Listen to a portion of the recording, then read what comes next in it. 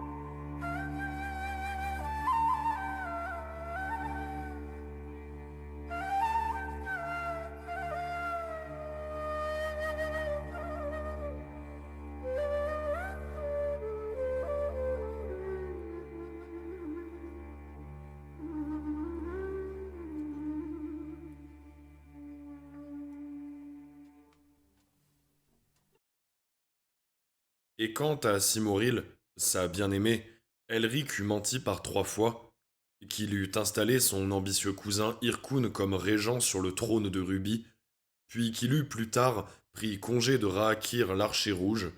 Il s'enfonça dans des terres inconnues à la recherche d'un savoir qui, croyait-il, l'aiderait à gouverner Melniboné comme elle ne l'avait jamais été auparavant.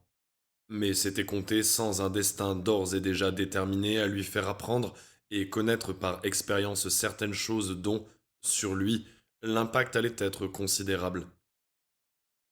Avant même de rencontrer le capitaine aveugle et la nef qui voguait sur les mers du destin, il eut à voir sa vie, son âme et son idéalisme en grand péril. À Uffish Saurmer, il fut retardé par une affaire où se manifesta quelque incompréhension entre 4 sorciers des plus étranges, qui, par inadvertance, sans mal vouloir, manquèrent de détruire les jeunes royaumes avant de servir en définitive les ultimes desseins de la balance cosmique. Et à Filcar, il vécut un amour dont il ne devait plus jamais reparler. Il apprenait, en payant le prix, la puissance et la douleur de porter l'épée noire. Mais ce fut dans la cité de Kwarzazat, au cœur du désert, qu'il aborda l'aventure qui allait nouer les fils majeurs de son destin pour les années à venir. Chronique de l'épée noire. Livre premier. Existe-t-il un fou, doué d'un cerveau assez puissant, pour restaurer l'étoffe où sont tissés les rêves et broyer les démons et mater le chaos, qui, délaissant et son royaume et sa promise, tourbillonnant dans les marées contradictoires, oubliera son orgueil pour de longues douleurs. Chronique de l'épée noire.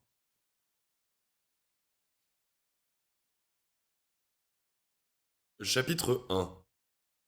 L'agonie d'un seigneur perdu. C'était dans Kwarzazat la solitaire, destination de maintes caravanes et ports où bien peu touchaient, qu'Elric, empereur héréditaire de Melniboné, dernier d'un sang plus que 10 fois millénaire, gisait, prêt à mourir. Les drogues et herbes qui, à l'ordinaire, le sustentaient, il les avait épuisées dans les derniers jours de son long voyage au travers des confins méridionaux du désert des soupirs. Et il ne s'était pas trouvé en mesure de les remplacer dans cette cité fortifiée, plus célèbre pour ses trésors que pour sa douceur de vivre.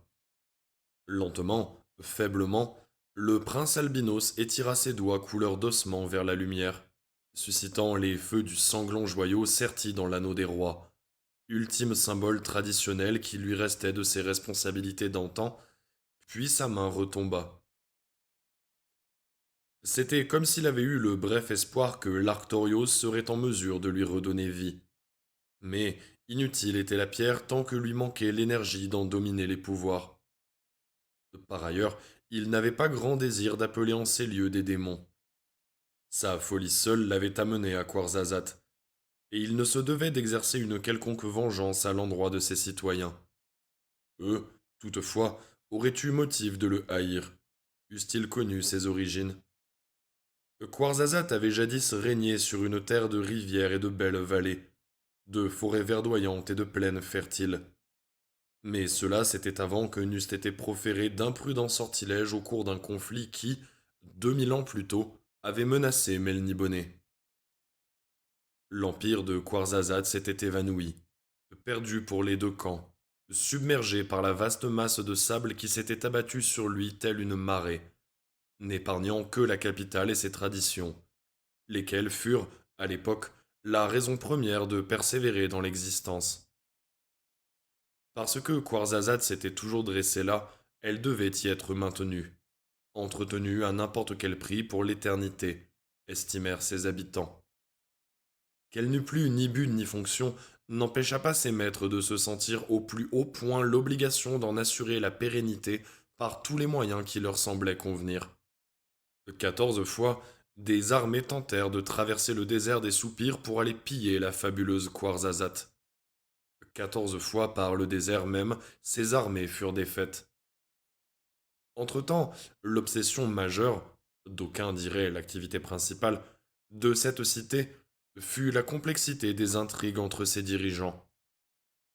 République, ne fût-ce que de nom, et pivot d'un vaste empire, fût-il entièrement noyé sous les sables, Quarzazat était gouverné par son conseil des sept, bizarrement connus comme les six plus l'autre, et qui possédait l'essentiel des richesses de la ville, ayant la haute main sur la plupart de ses affaires. D'autres puissants hommes et femmes, qui n'avaient pas choisi d'appartenir à cette heptocratie, n'en détenaient pas moins une puissance considérable tout en déjouant les pièges inhérents au pouvoir. Dans leur nombre, avait appris Elric, Narfis, baronne de Couvrail, qui habitait sur les confins méridionaux de la cité une villa dont la simplicité n'excluait pas la grâce, et accordait l'essentiel de son attention à son rival notoire, le vieux duc Ral, qui parrainait les plus merveilleux artistes de Quarzazat, et qui, lui, demeurait sur les hauteurs septentrionales dans un palais aussi peu ostentatoire qu'il était beau. Ces deux-là, s'était laissé dire Elric, avaient élu chacun 3 membres du conseil alors que le septième, toujours sans nom et simplement désigné par celui d'Exocrate, celui qui commande aux 6, maintenait l'équilibre, capable de faire pencher les choses par son vote dans un sens ou dans l'autre. L'oreille de l'exocrate était bien évidemment convoitée par ce que la cité comptait de rivaux, y compris la baronne Narfis et Ral. Tout aussi indifférent à la politique tarabiscotée de Quarzazat qu'à celle de son propre pays, Elric n'était ici que par curiosité. Aussi parce que la cité, à l'évidence, était le seul havre offert dans cette immense et vide étendue au nord des montagnes sans nom, marquant la limite entre le désert des soupirs et le désert des larmes. Déplaçant ses os fourbus sur la minceur de sa paillasse, Elric se demanda, sarcastique, s'il allait être enterré ici parmi ces gens sans que jamais dût les effleurer l'idée que le monarque héréditaire d'une nation qui avait été leur plus grand ennemi était mort chez eux. Il se demanda si, après tout, tel était le destin que ses dieux lui réservaient. Beaucoup moins grandiose que ce qu'il avait rêvé, mais non dénué d'attrait. Après qu'il eut quitté Filcar en hâte et avec une certaine confusion, le premier navire appareillant de Rahachil l'avait porté jusqu'à Jadmar, où, sans illusion, il avait choisi de croire le vieux soulard imorinien qui lui avait vendu une carte indiquant l'emplacement de la légendaire Tanelorn. Comme il s'en était à demi douté, la carte se révéla être un leurre, dont il ne tira d'autre profit que d'échouer loin de toute forme d'habitat humain. Il avait envisagé de refranchir les montagnes pour gagner Kaarlak, au travers du désert des soupirs. Mais le recours à sa propre carte, d'une facture melnibonéenne plus fiable, montrait Kwarzazat nettement plus proche. Chevauchant droit au nord sur un étalon à moitié mort de chaleur et d'inanition, il n'avait rencontré que lits d'oued à sec et morts oasis, ayant eu la malencontreuse idée de traverser le désert au plus fort de la saison sèche. Sa quête d'une Tannelorn presque aussi légendaire pour son peuple que pour ceux des jeunes royaumes s'était en définitive soldée par un échec. Bien que les chroniqueurs melnibonéens, comme à leur habitude, n'eussent montré qu'un intérêt passager pour leurs ennemis vaincus, Elric se souvenait que, selon eux, Kwarzazat devait à ses propres sortilèges de ne plus constituer une menace pour ses rivaux demi-humains. Une rune mal placée, proférée par Foféan Dals, duc et magicien, ancêtre de l'actuel duc Ral, dans un charme censé noyer l'armée adverse sous les sables et ceindre le pays entier d'un rempart. Elric avait encore à découvrir quelle explication donner de l'accident les descendants des victimes. Une quinzaine de lieues passé l'endroit où était resté le cadavre de sa monture, Elric avait été découvert par un jeune garçon sorti chercher les joyaux et autres précieux objets manufacturés, périodiquement exhumés par ces vents de sable qui, allant et venant sur cette partie du désert, la balayant en permanence, n'étaient pas étrangers à la survie de Kwarzazat, et justifiaient l'étonnante hauteur de ces magnifiques murailles. Le nom empreint de mélancolie de ces vastes solitudes, lui aussi, leur était dû. En meilleure forme, Elric eût apprécié la monumentale beauté de Kwarzazat, beauté résultant d'une esthétique raffinée sur des siècles et ne portant nulle trace d'influence extérieure. Que tant de ces ziggourats ou palais tout en courbe fussent de proportions gigantesques n'entraînaient chez eux ni laideur ni vulgarité. Ils avaient quelque chose d'aérien, une singulière légèreté de style qui les faisait paraître, dans leur rousseur de terre cuite et leur scintillement de granit argenté, dans la blancheur de leur stuc chaulé, la richesse de leur bleu, de leur vert, comme matérialisés par enchantement de la substance même de l'air. De luxuriants jardins débordaient de terrasses complexement imbriquées. Fontaines et ruisseaux, puisés dans les extrêmes profondeurs du sol, gratifiant de bruits sereins et de merveilleuses fragrances les allées pavées de galets et les larges avenues bordées d'arbres. Il n'en restait pas moins que cette eau, dont pouvaient avoir été spoliées des cultures, servait à maintenir l'apparence de Kwarzazat telle qu'elle avait été au sommet de sa puissance impériale, que sa valeur dépassait en conséquence celle des gemmes, que son utilisation faisait l'objet d'un rationnement, que son vol tombait sous le coup des lois les plus sévères. Le logement d'Elric n'avait rien de luxueux, équipé qu'il était d'un lit à roulettes, de paille éparpillée sur les dalles, d'une fenêtre unique, inaccessible, et d'un cruchon de terre flanqué de sa cuvette avec ce peu d'eau saumâtre qui lui avait coûté sa dernière émeraude. Nul permis d'eau n'était jamais délivré aux étrangers. Les quelques quantités de ce précieux liquide mis en vente à Kwarzazat en constituaient l'unique matière première réellement inabordable. Que le contenu de la cruche eût été subtilisé à quelques fontaines publiques était donc hautement probable. Il était d'ailleurs peu fréquent que les peines encourues pour de tels vols fissent l'objet de controverses, même en privé. Elric avait besoin d'herbes rarissimes pour soutenir son sang déficient.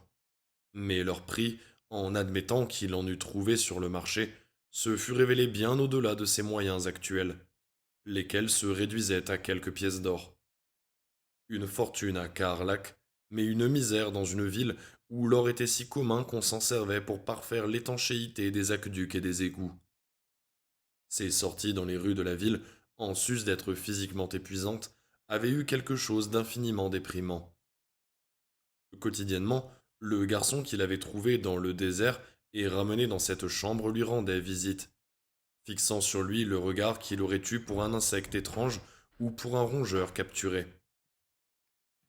Il se nommait Anig, et, bien qu'il s'exprimât dans le Kwan des jeunes royaumes, langue issue du melnibonéen, l'épaisseur de son accent rendait parfois incompréhensible tout ce qu'il disait. Une fois de plus, Elric ne tenta de soulever son bras que pour le laisser retomber. Ce matin, il s'était réconcilié avec la certitude de ne plus jamais ni revoir sa bien-aimée Simoril, ni siéger à nouveau sur le trône de Rubis. Il en éprouvait du regret, mais non sans détachement, sa maladie le rendant étrangement euphorique. J'avais dans l'idée de vous vendre. Elric cligna des yeux, sonda les ombres de la pièce par-delà l'unique ray de soleil qui les perçait. Il reconnut la voix sans toutefois distinguer plus qu'une vague silhouette près de la porte. Mais j'ai bien peur à présent de n'avoir à offrir, lors du marché qui se tiendra la semaine prochaine, que votre cadavre, ainsi que les quelques biens qu'il vous reste. C'était Anig, presque aussi déprimé que l'albinos par la perspective de cette mort. Évidemment, même mort vous demeurez une rareté. Vos traits sont ceux de nos anciens adversaires, mais plus pâles que l'os, et avec des yeux comme je n'en ai jamais vu chez personne. Elric, péniblement, se redressa sur un coude. Navré de décevoir une telle espérance. Jugeant peu prudent de dévoiler ses origines, il s'était présenté comme un mercenaire de Nad Sokor, la cité des mendiants, connue pour abriter toutes sortes de marginaux. Puis j'avais conçu celle que vous puissiez être un sorcier, et me récompenser par un fragment de savoir occulte qui m'ouvrirait un chemin vers la richesse, voire m'élèverait au nombre des six. Ou encore qu'esprit du désert, vous seriez en mesure de me conférer quelque pouvoir utile. Mais je pense avoir gaspillé mes rations d'eau. Vous n'êtes qu'un mercenaire à l'agonie. Ne conservez-vous donc nul objet de valeur? Un bibelot qui pourrait se réveiller monnayable, par exemple? Et les yeux du jeune Quasazarti dévièrent vers le mince et long ballot appuyé contre le mur au chevet d'Elric. Cela n'a rien d'un trésor, l'informa Elric, sinistre. Qui détient cet objet peut être dit porteur d'une malédiction impossible à exorciser. Il sourit à la pensée d'Anig cherchant un acheteur pour l'épée noire qui, enveloppée dans un bliot de soie rouge, émettait de temps à autre un murmure, tel un vieillard sénile s'efforçant de retrouver la faculté de parler. C'est une arme, n'est-ce pas? Dit l'enfant, dont les yeux bleus vifs paraissaient envahir le brun visage émacié. Oui, dit Elric. C'est une épée. Une antiquité? Sous sa djellaba rayée, Anig portait la main à son épaule. C'est une assez bonne description, dit Elric, amusé, mais trouvant déjà d'une longueur épuisante cette conversation qui ne faisait que commencer. Quand donc a-t-elle été forgée? Le garçon s'avançait à présent dans la pièce, si bien qu'il fut entièrement baigné par le rayon du soleil. Il avait l'aspect d'une créature parfaitement adaptée à la vie au sein des roches brûlées et des sables impalpables du désert des soupirs. Il y a peut-être 10 000 ans. Elric découvrit que l'expression surprise du garçon l'aidait à oublier, momentanément, la quasi-certitude de sa mort prochaine. Mais elle est probablement plus ancienne. En ce cas, sa rareté n'est pas douteuse, et de tels objets sont fort prisés par la noblesse de Quarzazat. Il en est même parmi les six qui les collectionnent. Son honneur, le maître Unicht Shurl, par exemple, possède les armures de tout un corps d'armée imorinien, chacune équipant le cadavre momifié d'un guerrier d'origine. Et la collection de machines de guerre de Dame Talit compte plusieurs milliers de pièces, dont pas une seule n'est en double. Laissez-la moi, messieurs mercenaires, et je vous garantis de dénicher un acquéreur. Puis, je me mettrai en quête des herbes dont vous avez besoin. Ainsi, serais-je assez présentable pour que tu puisses me vendre, hein? L'amusement d'Elric grimpa d'un cran. Une innocence exquise se peignit sur les traits de l'enfant. Oh que non, messire.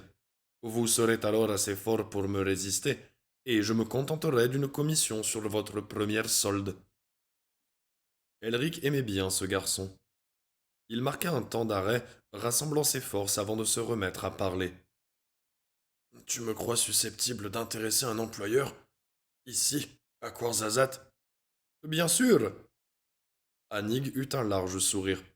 Vous pourriez devenir garde du corps de l'un des six, ou du moins compter parmi ses partisans. Votre allure insolite vous qualifie d'office pour un tel poste. Ne vous avais-je pas dit combien nos maîtres étaient épris de rivalité et d'intrigue?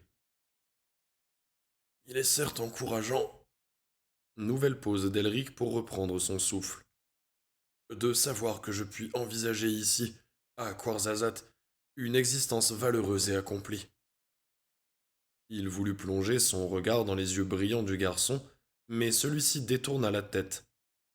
Seule une partie de son corps resta visible dans la clarté solaire.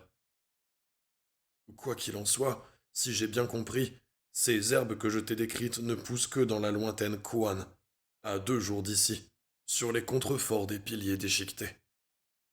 Je serai mort avant que l'émissaire le plus rapide n'en soit à mi-chemin. Que cherches-tu, garçon, au fond? À me réconforter? Ou obéis-tu ici à des motifs moins nobles? Je vous l'ai dit, messire, où poussent ces herbes. Mais imaginez maintenant que quelqu'un se soit déjà rendu à Kvan pour les cueillir, et qu'il en soit revenu. Tu connaîtrais un tel apothicaire? Mais quel prix me demandera-t-il pour de si précieux remèdes? Et pourquoi t'es-tu abstenu de m'en parler plus tôt? Parce que je n'en savais rien. Anig s'assit dans la relative fraîcheur du seuil. J'ai fait mon enquête depuis notre dernière conversation. Certes, je ne suis qu'un garçon ordinaire, révéré Seigneur. Je ne suis ni lettré ni devin, même si je sais maintenant comment bannir mon ignorance et lui substituer le savoir. Mais je ne suis pas un imbécile. Je partage l'opinion que tu as sur toi-même, maître Anig. Puis-je alors prendre l'épée pour lui chercher acquéreur? Il se leva, revint dans la lumière, main tendue vers le ballot. Elric se laissa retomber sur sa couche, secouant la tête, un faible sourire aux lèvres. Moi aussi, jeune Anig, je mesure mon ignorance. Mais à la différence de toi, je m'estime également capable d'être un imbécile.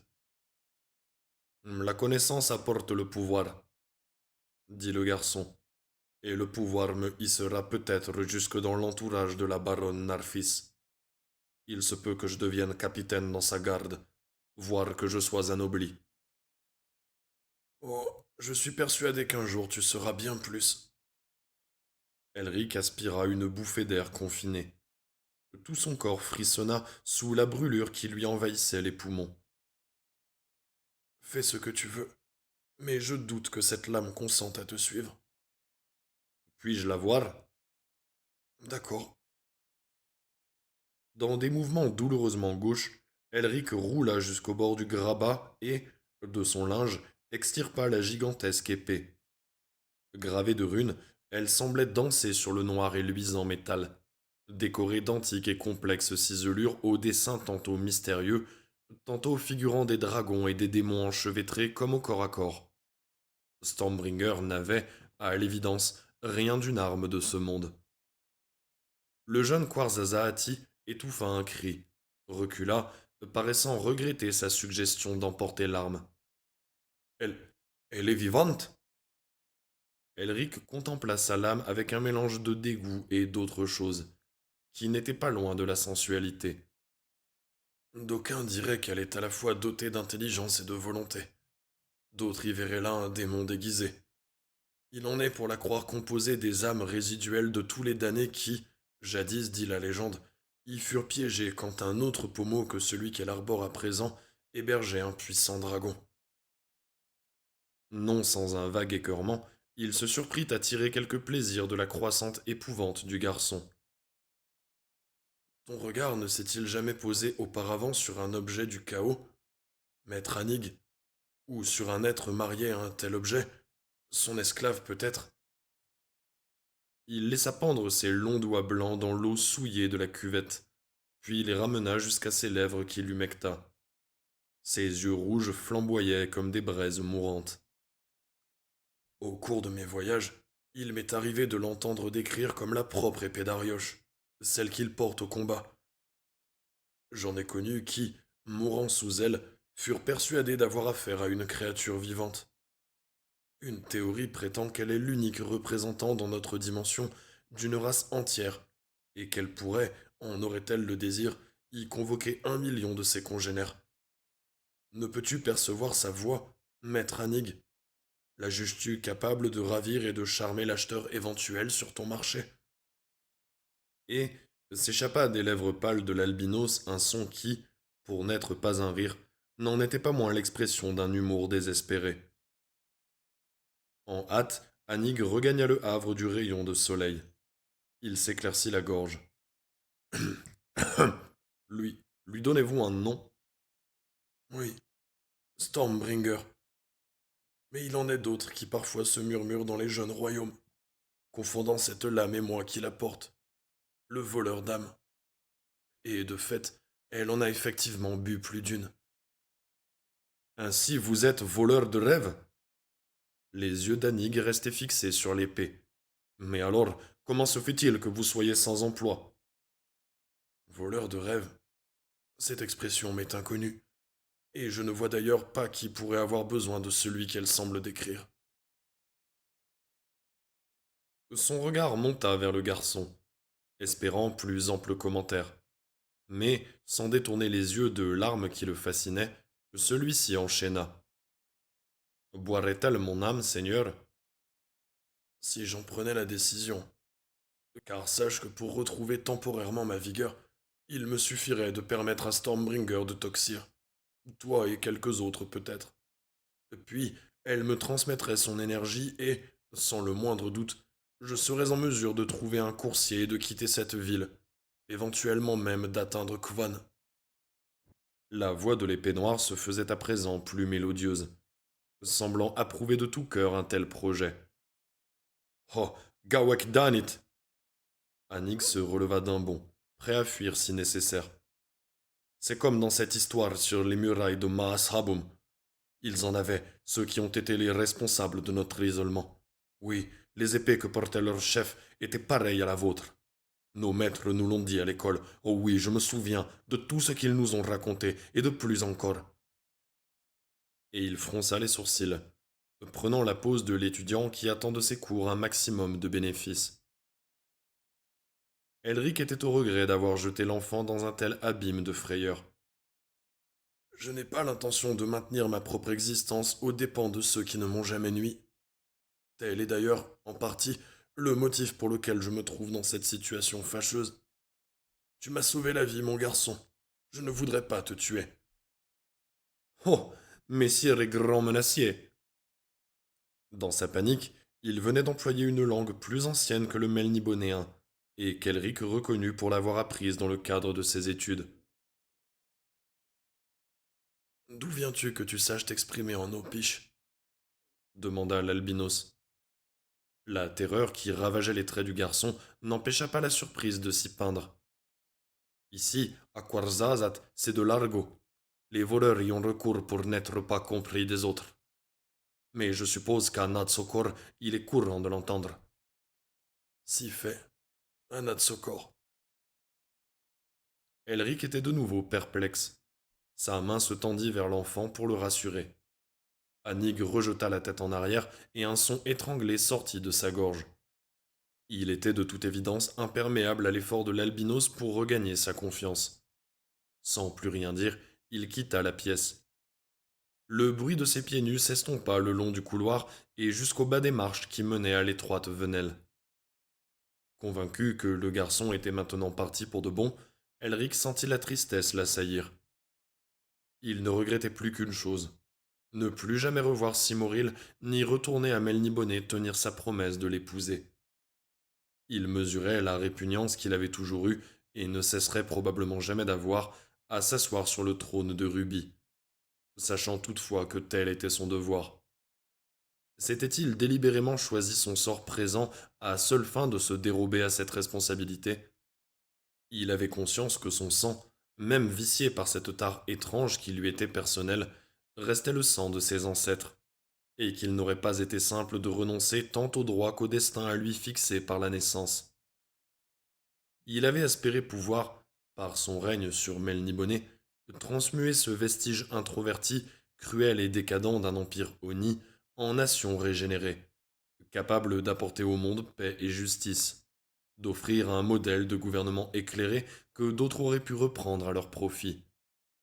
Contre une chance de revoir Simoril, il aurait plus que volontiers négocié l'épée noire. Dans son fort intérieur, pourtant, il gardait peu d'espoir que cela fût possible. Cette lame était plus qu'une source d'énergie, une arme à opposer à ses adversaires. Elle le liait à l'ancienne foi jurée de sa race envers le chaos, engagement qu'il n'imaginait pas le duc Arioche disposé à lui laisser rompre. Quand il considérait ces questions, ces signes d'un destin plus vaste, il se trouvait si plein de confusion qu'il préférait s'en détourner. Bon, dans la folie ou dans la mort, peut-être briserai-je ces chaînes et échapperai-je aux antiques mauvais génies de Melniboné. Le souffle dans ses poumons parut se réduire à un filet. Il cessa d'en sentir la brûlure. De fait, une fraîcheur l'envahissait. Son sang se ralentit alors qu'il se tournait, désireux de se lever, en chancelant jusqu'à la table de bois brute où se trouvaient ses quelques provisions.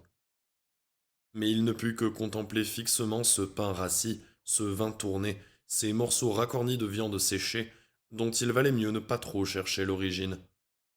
Se mettre debout, rassembler en lui la volonté de bouger, cela était impossible. Il avait accepté son agonie, sans sérénité, mais avec un certain degré de dignité. Retombant dans une rêverie languide, il se rappela sa décision de quitter Melniboné, le violent émoi de sa cousine Simoril, la joie secrète de son ambitieux cousin Irkun, ses déclarations à Raakir, le prêtre guerrier de Pnum qui s'était lui aussi lancé à la recherche de Tanelorn. Il se demanda si l'archer rouge avait eu plus de succès que lui dans cette quête ou s'il gisait quelque part ailleurs dans le vaste désert. Sa tenue écarlate réduite en lambeaux par le vent qui soupirait en permanence, sa chair desséchée, rétractée sur ses os. Puis, il s'aperçut que sa nostalgie de Simoril allait grandissante, et se crut sur le point de fondre en larmes. Il avait eu l'idée de faire appel à son protecteur, Arioche, de lui demander de le sauver, et il n'en gardait qu'une profonde répugnance à même envisager cette possibilité. Il craignait qu'un nouveau recours à l'assistance du duc eût pour résultat de lui faire perdre bien plus que la vie. Chaque fois que cette puissante entité surnaturelle avait accepté de l'aider, un accord tout aussi implicite que mystérieux s'en était trouvé resserré, ce qui ne le rendait pas plus réel, songea-t-il ironique. Arioche avait montré ces derniers temps si peu d'empressement à venir à son aide qu'il en venait à se dire que Irkun l'avait peut-être supplanté dans tous les domaines. Cette pensée ramena l'albinos à sa douleur, à son regret de Simoril. De nouveau, il tenta de se lever. Le soleil avait changé de place. Il crut voir son aimée debout devant lui. Puis elle devint un aspect d'Arioche. Restait-il même à présent le jouet du puissant duc du chaos? Son regard dévia sur l'épée qui semblait s'agiter dans ses soieries lâches, frémir et chuchoter quelque avertissement. Peut-être une menace. Il se détourna. Simoril. Il sonda le faisceau de lumière, le remonta jusqu'à contempler par la fenêtre le ciel intense du désert. Et voilà qu'il crut y deviner des formes, d'hommes, d'animaux, de démons, et que ces silhouettes, à mesure qu'elles se faisaient plus distinctes, se mettaient à ressembler à ses amis. Mon amour, gémit Elric dans son désespoir. Il vit Raakir, Divim Tvar et même Irkun. Tous il les appela. Aux croassements qui émanèrent de sa gorge, il se sut fiévreux, gaspillant dans ses fantasmagories l'énergie qui lui restait. Il comprit que son corps vivait à présent sur ses ultimes réserves et que la fin devait être proche. Il porta la main à son front, sentit la sueur y perler et s'interrogea sur le prix que chaque goutte pouvait atteindre sur le marché, trouvant amusant de se livrer à de telles spéculations. Allait-il transpirer suffisamment pour être à même de s'acheter un supplément d'eau, un peu de vin pour le moins? Ou bien la production de liquide était-elle en soi contraire aux étranges lois sur l'eau de Quarzazat? Ses yeux retournèrent se poser au-delà du rayon de soleil. N'y avait-il pas là des hommes, peut-être des gardes ou autres fonctionnaires municipaux, venus l'inspecter dans son mouroir et lui demander de produire son permis de transpirer? Maintenant, il lui semblait que le vent du désert, lequel ne soupirait jamais bien loin, se coulait dans la chambre, y suscitant l'intangible et fourmillante présence des élémentaires, voire de cette force qui allait emporter son âme vers sa destination dernière. Soulagé, il sourit. À bien des égards, il était heureux de voir s'achever sa lutte. Peut-être Simoril le rejoindrait-elle bientôt. Bientôt. Quelle signification pouvait revêtir le temps dans ce royaume intemporel? Lui allait-il falloir attendre l'éternité avant qu'ils ne fussent tous deux réunis, ou rien qu'un instant vite enfui? Risquait-il encore de ne plus jamais la revoir, de n'avoir qu'absence et néant pour perspective future? Ou son âme allait-elle pénétrer dans quelque autre corps, aussi malade éventuellement que celui qu'elle habitait pour l'heure, le confrontant à des choix pareillement insurmontables, à ce même défi physique et moral qui n'avait cessé de l'affliger depuis son entrée dans l'âge adulte? L'esprit d'Elric dériva de plus en plus loin de toute logique, comme dérive du rivage une souris qui se noie, tourbillonnant avec une panique croissante avant que la mort ne lui apporte l'oubli. Il ricana, pleura, délira, s'assoupit par moments alors que se dissipaient les derniers vestiges de sa vie avec les vapeurs qui maintenant montaient de ses chairs à la singulière blancheur d'ossements. Tout spectateur non averti n'aurait pas vu là un homme, mais quelque animal contrefait, malade, gisant sur ce lit de misère dans les affres ultimes et sans nul doute heureuse de sa dernière agonie. Vint la nuit, et avec elle une éblouissante parade de ceux qui peuplaient le passé de l'albinos. Il revit les sorciers qu'il avait formés dans les arts magiques, cette mère étrange qu'il n'avait jamais connue, et ce père plus étrange encore, les cruels amis de son enfance, dont il avait cessé peu à peu de partager la passion pour les voluptueux et terribles sports de Melniboné, les cavernes de l'île aux dragons, ses secrètes clairières, les minces tours et les palais d'une complexité hallucinante de cette race étrangère à l'humanité, dont les ancêtres mêmes n'avaient qu'en partie appartenu à ce monde quand ils s'étaient levés, tels de beaux monstres, pour conquérir, pour régner, avant d'entrer, avec une profonde lassitude que sa situation présente lui faisait d'autant mieux apprécier, dans le déclin de l'introspection et des fantaisies morbides. Et il hurla, ou tenta d'hurler, car sa vision lui présentait Simoril dans un état d'affaiblissement comparable au sien, et sur le corps de laquelle Irkun, secoué d'un rire affreux, pratiquait les pires abominations. Alors il voulut de nouveau vivre, retourner à Melniboné, sauver cette femme qu'il aimait d'un amour si profond qu'il avait souvent refusé d'en laisser l'intensité poindre à sa conscience. Mais c'était impossible. Alors que les images se résorbaient dans le bleu foncé du ciel à sa fenêtre, il comprit qu'il serait bientôt mort, et que personne n'irait jamais secourir celle qu'il avait juré d'épouser. Au matin, la fièvre était tombée.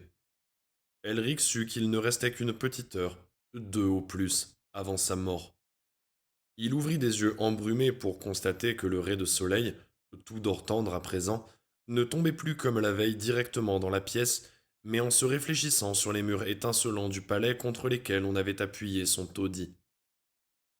Sentant une fraîcheur soudaine effleurer ses lèvres craquelées, il rejeta violemment la tête en arrière et tenta d'atteindre son épée, craignant que ce froid contact fût celui d'un acier tranchant appliqué contre lui, peut-être dans l'intention de lui couper la gorge.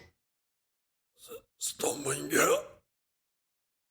Faible était sa voix, et tout autant sa main qui ne parvenait pas à quitter son flanc, moins encore à saisir la murmurante lame. Il toussa, découvrit qu'on lui versait un liquide dans la bouche. Non cette croupissure infecte qu'il avait acquise au prix de sa dernière émeraude, mais quelque chose de propre. Il but, s'efforçant d'éclaircir sa vision. Aussitôt se matérialisa une flasque d'argent ciselé, tenue par une main douce et dorée suivie d'une manche de fin brocart, puis d'un visage empreint d'humour qu'il ne connaissait pas. Il toussa de nouveau. Ce breuvage n'était pas simplement de l'eau. Anig avait-il trouvé quelque apothicaire compatissant? Le goût lui rappelait l'une de ses propres distillations fortifiantes. Il prit une bouffée d'air et, sans que sa curiosité se départît d'une certaine prudence, fixa l'homme qui venait de le ressusciter, ne fût-ce que pour ces seuls instants. Souriant, son sauveur réagit par un mouvement d'une élégance étudiée dans ses lourds atours hors saison. Bonjour, maître Larron.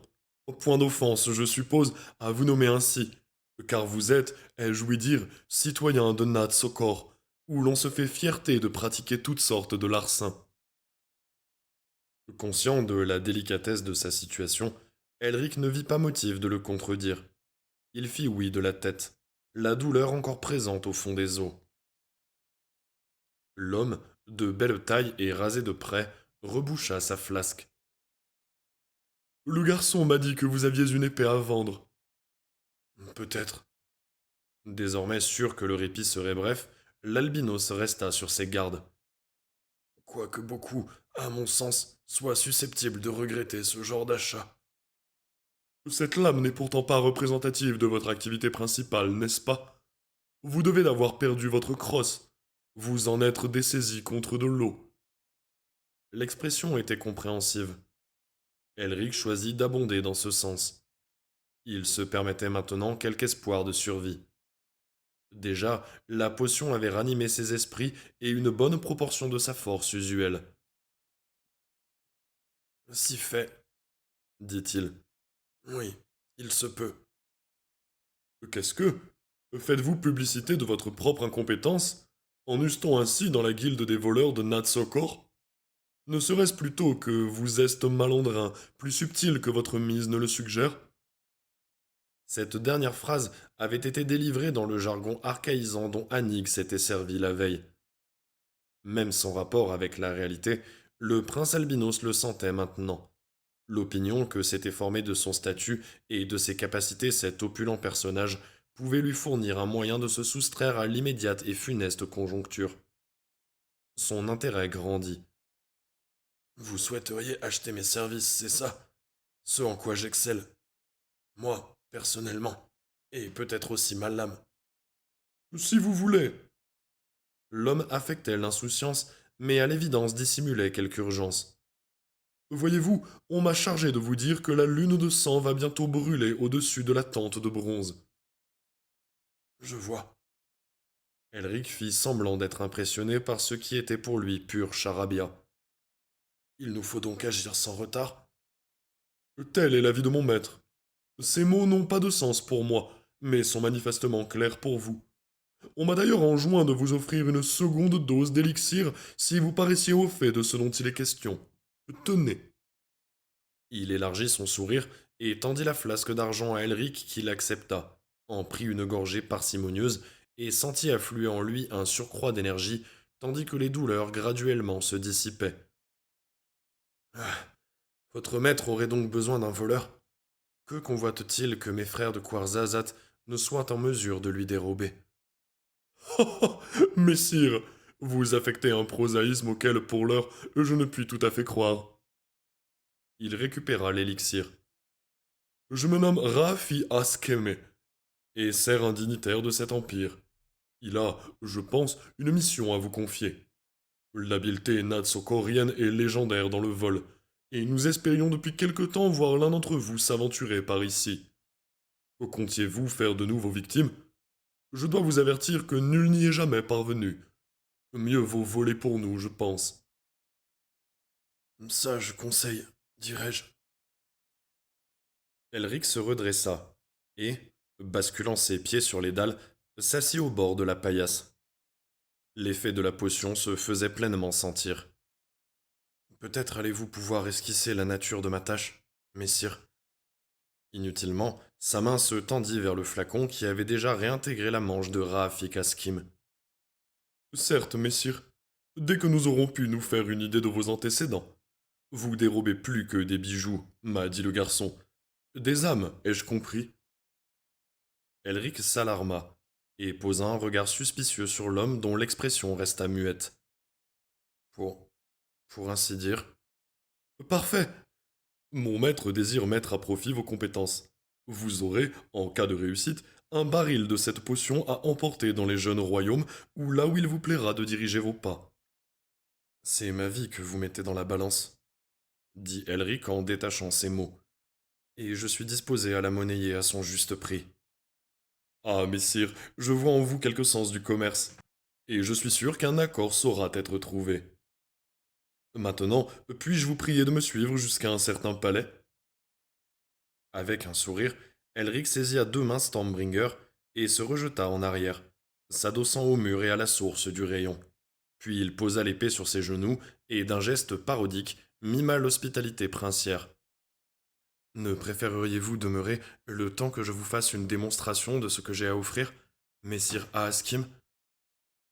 Posément, le personnage aux riches atours secoua la tête, déclinant la proposition. Je ne le pense pas. Il n'est pas douteux que vous soyez devenu insensible à la puanteur des lieux, et à celle que votre corps dégage, mais soyez assuré qu'il n'y a là rien de plaisant pour qui n'y est pas habitué. Veuillez donc me précéder, messire. Il me faut admettre que je suis curieux de savoir quels sont ces risques considérables que je vais devoir prendre, et qui amèneraient l'un de vos propres voleurs à refuser le genre de récompense qu'un seigneur de Quarzazat peut offrir. Et dans son esprit, d'ores et déjà, il avait arrêté les termes d'un marché, qu'il ne laisserait pas à sa vie une seconde occasion de lui échapper avec autant d'aisance. C'était, avait-il décidé, sa moindre dette envers Simoril.